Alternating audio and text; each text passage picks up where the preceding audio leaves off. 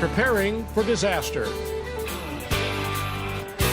Hello, everyone, and welcome to this month's edition of Rural America Live with AARP. There's really a lack of preparedness generally around the country. Some people are not prepared, and some people just don't have a sense of urgency. Yeah, and FEMA did a report recently, released a report, I should say, called Preparedness in America, which really surveyed Americans 18 years and older to find out, one, what level of preparedness are they currently at, and two, how prepared are they to respond in case of an emergency.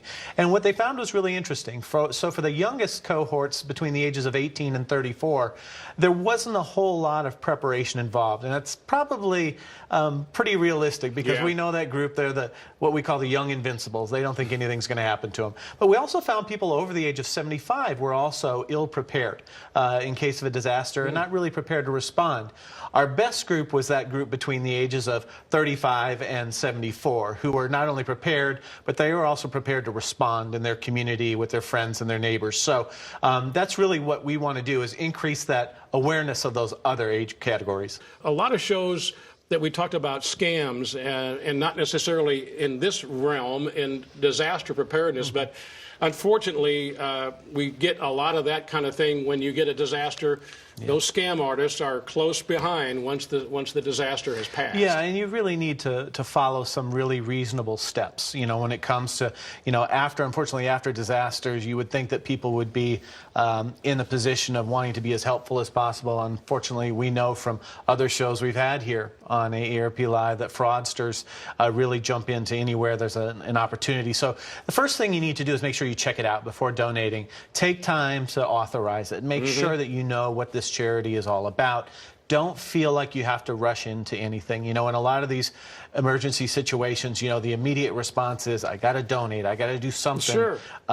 But, a lot of times these disasters take a long time to recover from. So there is time for you to make sure that you're making a great decision when it comes to donating to a charity. So that's a really important part of that. I think there's also a lot of different ways that you can, really understand that you don't want to let anyone into your house. There's a lot of people that'll go door to door soliciting donations, and you don't want to let them in. That's just right for someone to maybe convince you to donate, and you didn't really want to, but they were really persuasive and tugged at your heartstrings.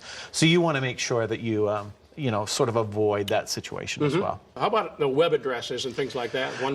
That's a really critical thing, because oftentimes nowadays email is really the thing that people are using to make solicitations for donations after emergencies. And the really key way to check out if it's a charity is if the web address is .org.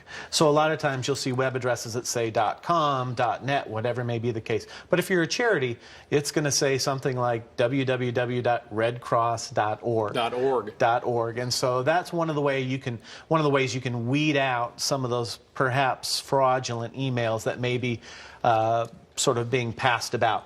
Somebody may come to your door with a photo and say, don't you want to help out this personal, this real sad story of this individual? You don't know if that person's real or not, and that could come over email. It could also be something that you find on the web. It could be a fraudulent website. So just because somebody's using a personal picture doesn't make it any less fraudulent. So you need to just keep an eye on people. They're pulling on, tugging on your heartstrings. Yeah. And a lot of the times they'll use pictures for that. The other thing is, you don't want to give your credit card over the phone, and you don't want to give cash to people, because that's oftentimes they'll say, we're at your door, just give us some cash. We don't have a credit card on hand. Well, as everyone knows, once you hand over cash, it's gone. There's no way of pulling back that transaction. And when you give a credit card over the phone, you don't know if that person, again, is fraudulent or not. So you really need to be very sort of conscious of where you're giving your money or your credit card information. And then finally, say no to those door-to-door solicitations. That may be perhaps one of the hardest things to do ever, is when somebody knocks on your door, sometimes you just have to say no and close the door. And oftentimes, inside of us, we want to be neighborly or hospitable, and we want to make people feel welcome. but absolutely not. If there's somebody coming to your door soliciting money, just say no. There's other ways you can find reputable charities to contribute to. Yeah, that's no such thing, I think you said, as everything that you get goes to charity. Well, that's it, exactly. Every charity, no matter how good their cause, has some expense in running it. So anyone that says, oh, 100% of your donations going to, help people in this flood, that's not going to happen. Yeah.